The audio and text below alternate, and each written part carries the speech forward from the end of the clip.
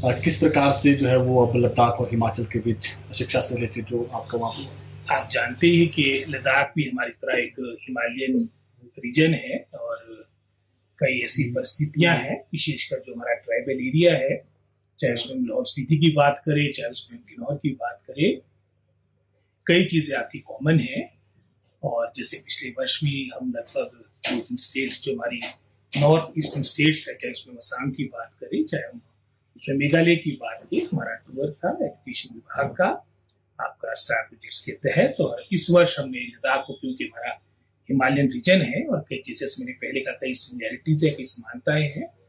और हमने कई बातें वहां पर देखी। जैसे विशेष रूप से अगर हम वहां पर शिक्षा व्यवस्था की बात करें, वर्तमान में जो वर्तमान सरकार कह रही है कि हमने सीबीएसई अपने प्रारंभ करना है, और उसमें भी हमारी वर्तमान सरकार सोच बना रही है। लद्दाख ने इनिशिएटिव ले लिया है। हालांकि जैसे मैंने पहले कहा, ट्राइबल एरिया है, स्पार्सली पॉपुलेटेड है, आपकी पॉपुलेशन कंपैरेटिवली काफी कम है, 800 के आसपास टोटल स्कूल्स है, हमारी संख्या लगभग 15,000 से अधिक बनती है। और साथ ही साथ उनका भी था, जैसे हमारी सोच रहती है कि किसी भी, मैं समझता हूँ आपकी प्रदेश सरकार की बात हो या यूनियन टेरिटरी की बात हो, जो वहाँ की बेस्ट प्रैक्टिसेस है वो हम सीखे। और वो भी जैसे विशेष रूप से हमने असर और नेशनल असेसमेंट सर्वे में हमने एक अच्छा परफॉर्मेंस किया हिमाचल प्रदेश ने, वो उन बातों से प्रभावित थे। तो बहुत सी बातें हमने आपस में शेयर की, जिसके माध्यम से आने वाले समय में मैं समझता हूँ हमारी दोनों यूनियन टेरिटरी लद्दाख की भी और साथ ही साथ हिमाचल प्रदेश की भी हमारी शिक्षा व्यवस्था बेहतर हो सके, उसके लिए काफी चिंतन हुआ, मंथन हुआ। और उसमें हमारे जो वहाँ के लद्दाख हिल काउंसिल के जो चेयरमैन थे, वहाँ के वाइस चेयरमैन थे, उनसे मीटिंग हुई, सेक्रेटरी एजुकेशन से मीटिंग हुई। और जैसे आपने सोनम वांगचू जी की बात की, और वो भी मैं समझता हूँ एक नोटेबल फिगर है उस पूरे क्षेत्र की। और एक, चाहे उसमें क्लाइमेट चेंज की बात हो, चाहे उसमें एजुकेशन में कंट्रीब्यूट करने की बात हो, उनका एक बहुत बड़ा योगदान रहता है। और उनसे भी कई बातें, क्योंकि विशेषकर जो हमारे पहाड़ी क्षेत्र की समस्याएं रहती है, उसके बारे में किस तरह से उसका समाधान निकाला जा सके, विशेषकर जैसे उनका एनर्जी कंजर्वेशन की बात रहती है, हमारा हिमालयन रीजन में किस तरह से हमारा आर्किटेक्चर होना चाहिए, सोच के साथ भी वहाँ पर बात हुई। उनकी जो यूनिवर्सिटी, उनके स्कूल में जाकर निरीक्षण किया गया। और भविष्य में हमारे टीचर्स भी ट्रेनिंग के लिए वहां पर जाएंगे, हमारे हमारे स्टूडेंट्स भी जाएंगे, ताकि परस्पर आपस में, मैं समझता हूँ, अपना अच्छा एक वातावरण बने, जिसके माध्यम से हम अच्छी बातों का आदान प्रदान कर सकें। सर, हिमाचल का एक सबसे बड़ा जो इशू इस वक्त बना हुआ है, जो ऊपरी शिमला में आप खुद से बाहुल्य क्षेत्र से आते हैं, जो अतिक्रमण किया गया था उस पर अब कोर्ट का जो डंडा है वो चल पड़ा है। लगभग 3600 के आसपास पेड़ काटने के जो है वो ऑर्डर हुए हैं और कट भी रहे हैं। अब जो है वो जो किसान सभा है और जो सेब उत्पादक मंच है, सब इकट्ठे हो गए हैं और 29 तारीख को उन्होंने कहा कि हम सचिवालय घेराव करेंगे। किस तरीके से देखते हैं और सरकार किस तरीके से कोर्ट में पक्ष रखेगी सर? आप जानते हैं कि इसका सारा बैकग्राउंड आपके सामने, और माननीय उच्च न्यायालय के आदेश के अनुसार ये सारी कार्रवाई हो रही है। और अगर इसके बैकग्राउंड में भी जाएंगे, 2015-16 में भी जब प्रथम बार ये बातें उजागर हुई थी, उस वक्त सरकार ने, उस वक्त हमारी कांग्रेस की सरकार ही थी, उस वक्त एक सोच बनाई थी कि 5 बीघे से कम, जो एक तरह से जो रासा भी कहा करते थे, जो नीड बेस्ड, जहाँ कहीं इंक्रोचमेंट हुई है, विशेषकर कोई हमारे लैंडलेस लोग है, भूमिहीन लोग है, हमारा वंचित वर्ग है, हमारा, मैं समझता हूँ, जो वीकर सेक्शन है, उनके किस तरह से उनको राहत दी जाए, हमने एक नीति बनाने की प्रारंभ की थी। लेकिन 17 में सत्ता परिवर्तन हो गया था, उसमें आगे कार्य नहीं हो पाया। लेकिन अवश्य मैं समझता हूँ, एक बागवान होने के नाते भी और साथ ही साथ उस क्षेत्र का प्रतिनिधि होने के नाते भी मैं समझता हूँ ये एक पीड़ा की बात है। और ये हमारे विशेषकर जो हमारी लघु और सीमांत किसान है, जिनके पास नामात्र लैंड होल्डिंग है, 20 में है, लेस देन 5 बीघास की जो हमने एक सोच बनाई थी, उनको किसी न किसी रूप से राहत मिलनी अत्यंत आवश्यक है, चाहे उसमें आप मानवीय दृष्टिकोण देखें। और साथ ही साथ ये भी आज जो समय है, क्योंकि आपका मानसून का समय है, वन महोत्सव का, प्लांटेशन का समय होता है, तो इसकी टाइमिंग भी मैं समझता हूँ ठीक नहीं रही। जहाँ आज के समय में विशेषकर आपकी वर्षा ऋतु में जहाँ हम प्लांटेशन किया करते, तो ये जो कटने की बात आ रही, पेड़ों को कटने की बात आ रही, और विशेष रूप से जब मात्र कुछ दिनों के बाद आपका सेब या जो भी फ्रूट है वो आपका विपणन होना था, तो ये मैं समझता हूँ ये अच्छी बात नहीं है। लेकिन अब वो के आदेश है, और हमने तो पहले भी इसमें 15 की बात उसमें पहल की थी, और उसमें कौल सिंह जी की अध्यक्षता में कमेटी बनी थी, और उसमें प्रयास किया गया कि किस न किस रूप से हमारे जो छोटे बागवान, जिसमें पहले टेवन से इस बात को कहता हूँ, जो नीड बेस्ड है, जिनके पास कोई दूसरा चारा नहीं है, उनको किस तरह से राहत दी जाए। हमने पहले भी प्रयास किया था, सीएम साहब के संज्ञान में भी सारी बातें लाई गई थी, और आज सीएम साहब ने आना है तो सारी बातों से उनको परिचित किया जाएगा, और हम निश्चित रूप से जो कर सकते हैं प्रयास, हालांकि आप जानते हैं कि इसमें कई लिटिगेशन के मामले हैं कि किस तरह से हमारा जो ये भूमिहीन वर्ग है, जो हमारा बिल्कुल ही डिप्राइव्ड सेक्शन है, वीकर सेक्शन, जो टोटली मात्र इन विश्व या मात्र आपकी जो ये लेस देन 5 बीघास की जो लैंड है उस पर आश्रित है, किस तरह से उनको राहत दी जा सके, सीएम साहब के संज्ञान में पुनः इस बात को लाया जाए।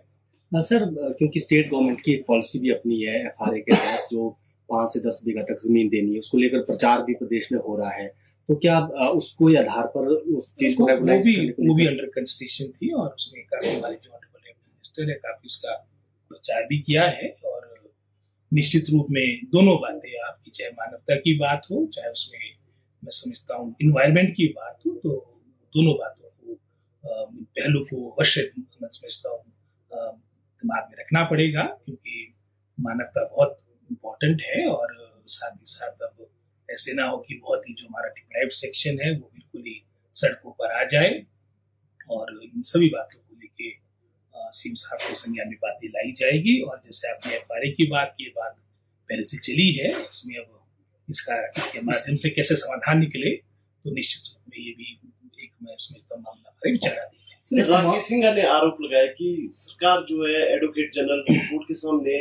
उन्होंने साफ मना किया कि हमारा कोई मंशा नहीं है 5 बीघे 10 बीघे देने की, जो कि पिछले बारी जो कोर्ट में सरकार ने अपना पर रखा था पक्ष के हम 5 बीघे। मेरा भी ये मानना है कि इसको और मजबूती के साथ कोर्ट में ये पक्ष रखा जा सकता था, और जो बात बीत की है वो बीत की है, लेकिन निश्चित रूप से माननीय मुख्यमंत्री की नॉलेज में सारी बातें लाई जाएगी कि जो हमारा ये जो मैं समझता हूँ ये बिल्कुल ही जो हमारा पुअर फैमिलीज है, जो इस पर टोटली डिपेंडेंट है, जो नीड बेस्ड मैंने पहले शब्द यूज किया है, उनको किस तरीके से राहत दी जाए वो बहुत महत्वपूर्ण है। सर, स्कूलों में सीबीएसई का जो आप सिलेबस शुरू कर रहे हैं, वो उसका रोड मैप क्या रहेगा सर? अभी ये विचाराधीन है मामला, क्योंकि इसमें उनके भी अपने नॉर्म्स होते हैं, और अगर हम इसको शुरू करेंगे तो जैसे सीएम साहब की स्टेटमेंट्स आई है, तो मात्र मैं समझता हूँ पहले फॉर स्टार्ट मतलब हर Rajiv Gandhi day boarding school में प्रारंभ करेंगे, या डिस्ट्रिक्ट हेडक्वार्टर के हमारे ऐसे स्कूल जहाँ पर आपके पास पर्याप्त मात्रा पे पूरी फैसिलिटीज है, स्टाफ है, तो ये सारा मैटर अंडर कंसिडरेशन है, और इसके बारे में भी आने वाले समय में निर्णय लिया जाएगा। सर, सराज में काफी जो स्कूल है प्रभावित हुए हैं, 9 स्कूल अभी भी आपने बंद रखने का डिसीजन लिया है, कितना आंकड़ा है सर? जितने जो स्कूलों में मलबा घुसा है, कॉलेज है वहाँ पर लंबा था, वहाँ में मलबा घुसा है, कोई आंकड़ा है सर इसका? कैसे जो है फिर से आप? लगभग 119 स्कूल आपके प्रभावित हुए, 90% स्कूल हमारे खुल भी चुके हैं, और व्यक्तिगत रूप से मैं भी अभी सराज जाऊंगा, और जो हमारा नुकसान हुआ है शिक्षा के क्षेत्र में, चाहे प्राइमरी स्कूल की बात हो, चाहे लंबाताज कॉलेज की बात हो, उसका निरीक्षण किया जाएगा डिपार्टमेंट के द्वारा। पूरी रिपोर्ट हमने मंगवाई है, क्योंकि बीच में हमारा ये इंतजार का कार्यक्रम था, और आने वाले कल उसमें हम किस तरह से उसका फंडिंग कर सके, ताकि ये बिल्डिंग्स बने, और बिल्डिंग बनने में समय भी लगता है, और अस्थायी रूप से हम कैसे, जैसे 9 स्कूलों की बात की जो तक हमारे फंक्शन नहीं हो पाए, चाहे उसमें हम किराए में लेने की बात हो, क्या कोई ऐसे भी हमारे को वॉलंटरली कोई अपनी मैं समझता हूँ कोई हमारे को कॉम्पिटिशन देने को तैयार होगा, चाहे हमारे को जिसमें का रेंट पे भी लेने पड़ेंगे, तो निश्चित रूप से ये कदम उठाएंगे, और आने वाले कल इसके बारे में एक डिटेल चर्चा हमने रखी है अपने विभाग की, और हम इसमें निर्णय लेंगे ताकि हमारे बच्चों की शिक्षा प्रभावित ना हो। सर, आने वाले समय में शिक्षा विभाग नदी नालों से दूर बनाने की ये बात सिर्फ शिक्षा विभाग के लिए, हर विभाग के लिए है, हर आम नागरिक के लिए है। हम आमतौर पे बरसात के मौसम में तो सारी बड़ी बड़ी बातें करते हैं, लेकिन जब ये मौसम निकल जाता है फिर वहीं पर सारी बातें आ जाती है। लेकिन लिखित रूप में शिक्षा विभाग ने इस तरह की इंस्ट्रक्शन दी कि भविष्य में कोई भी इस तरह की बिल्डिंग ना बने, जैसे लंबाताज की बात की, बिल्कुल ही आपकी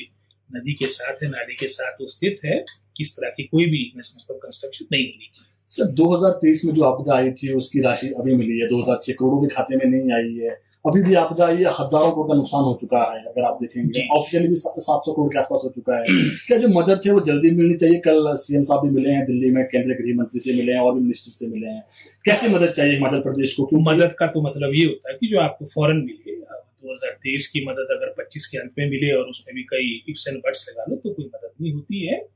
लेकिन आप जानते हैं कि हमारी हिमाचल स्टेट की अपनी एक लिमिटेशन है, विशेषकर जहाँ आपकी फाइनेंस से संबंधित बात आती है। तो 2000 करोड़ के आसपास की हमारे को जो ये पीडीएनए मिला है और उसमें लगभग कोई 25% के आसपास की कॉन्ट्रीब्यूशन योगदान आपको प्रदेश सरकार को करना पड़ेगा। और हम आशा रखते हैं कि शीघ्र ये पैसा मिले। हमारे विभाग को भी, शिक्षा विभाग को भी लगभग कोई उसमें जो प्रथम इंस्टॉलमेंट मिली है 30 करोड़ के आसपास मिली है, लेकिन वो 2023 की है। अब 2023 के बाद चाहे सड़कें थी हमारी, चाहे हमारी बिल्डिंग्स थी जो आपकी डैमेज हुई थी, वो हमने